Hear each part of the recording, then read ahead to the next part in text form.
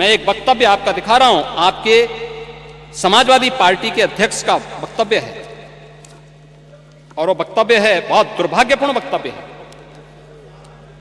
ये वक्तव्य है श्री अखिलेश यादव का। महोदय, उन्होंने कहा है कि हमारा देश कभी विकसित भारत नहीं बन सकता। ये देखो ना, ये क्या है? ये यानी एक राजनीतिक दल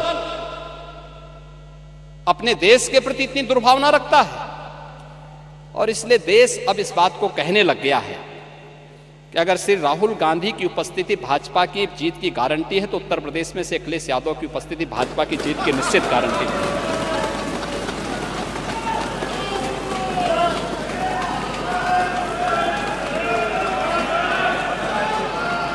और ये गारंटी उपचुनाव ने दे दिया है।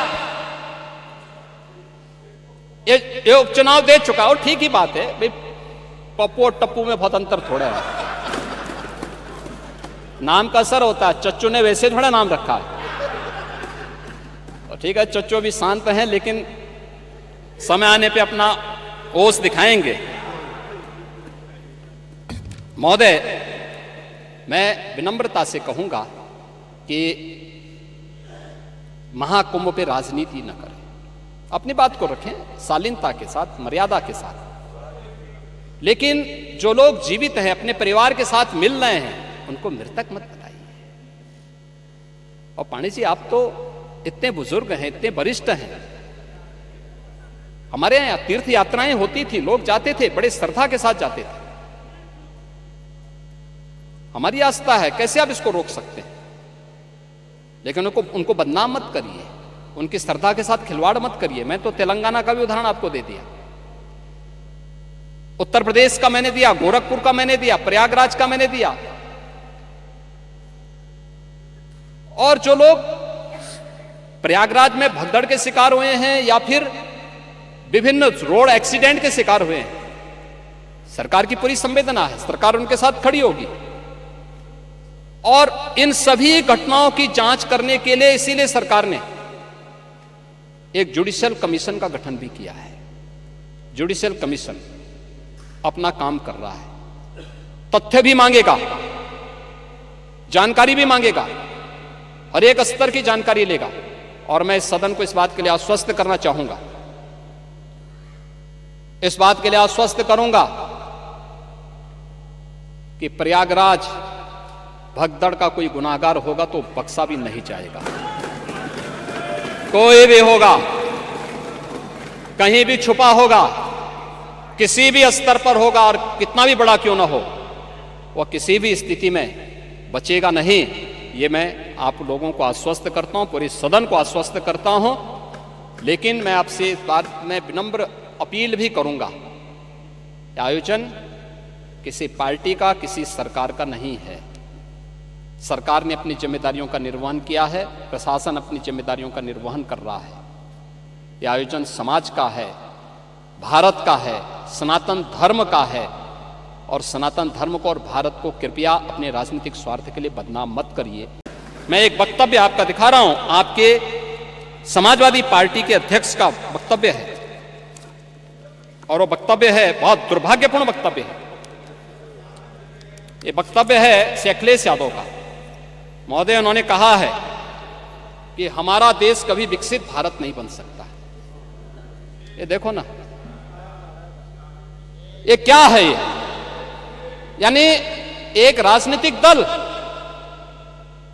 अपने देश के प्रति इतनी दुर्भावना रखता है और इसलिए देश अब इस बात को कहने लग गया है कि अगर श्री राहुल गांधी की उपस्थिति भाजपा की जीत की गारंटी है तो उत्तर प्रदेश में से अखिलेश यादव की उपस्थिति भाजपा की जीत की निश्चित गारंटी है।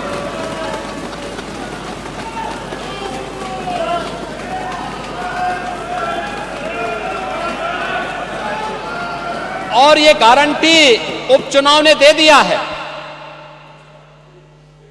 ये उपचुनाव दे चुका और ठीक ही बात है भाई, पप्पू और टप्पू में बहुत अंतर थोड़ा है। नाम का असर होता है, चच्चू ने वैसे थोड़ा नाम रखा है। और ठीक है, चच्चू भी शांत हैं लेकिन समय आने पे अपना ओस दिखाएंगे। महोदय, मैं विनम्रता से कहूंगा कि महाकुंभ पे राजनीति न करें, अपनी बात को रखें शालीनता के साथ, मर्यादा के साथ। लेकिन जो लोग जीवित हैं, अपने परिवार के साथ मिल रहे हैं, उनको मृतक मत बताइए। और पाणी जी, आप तो इतने बुजुर्ग हैं, इतने वरिष्ठ हैं। हमारे यहां तीर्थ यात्राएं होती थी, लोग जाते थे, बड़े श्रद्धा के साथ जाते थे। हमारी आस्था है, कैसे आप इसको रोक सकते हैं? लेकिन उनको बदनाम मत करिए, उनकी श्रद्धा के साथ खिलवाड़ मत करिए। मैं तो तेलंगाना का भी उदाहरण आपको दे दिया, उत्तर प्रदेश का मैंने दिया, गोरखपुर का मैंने दिया, प्रयागराज का मैंने दिया। और जो लोग प्रयागराज में भगदड़ के शिकार हुए हैं या फिर विभिन्न रोड एक्सीडेंट के शिकार हुए हैं, सरकार की पूरी संवेदना है, सरकार उनके साथ खड़ी होगी। और इन सभी घटनाओं की जांच करने के लिए इसीलिए सरकार ने एक जुडिशियल कमीशन का गठन भी किया है। जुडिशियल कमीशन अपना काम कर रहा है, तथ्य भी मांगेगा, जानकारी भी मांगेगा, हर एक स्तर की जानकारी लेगा। और मैं इस सदन को इस बात के लिए आश्वस्त करना चाहूंगा, इस बात के लिए आश्वस्त करूंगा कि प्रयागराज भगदड़ का कोई गुनाहगार होगा तो बख्शा भी नहीं जाएगा।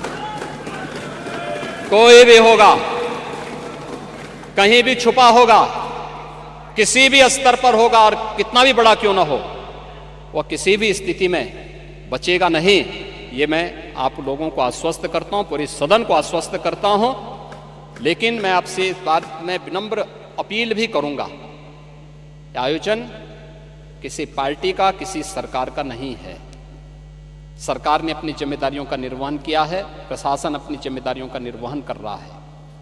यह आयोजन समाज का है, भारत का है, सनातन धर्म का है। और सनातन धर्म को और भारत को कृपया अपने राजनीतिक स्वार्थ के लिए बदनाम मत करिए।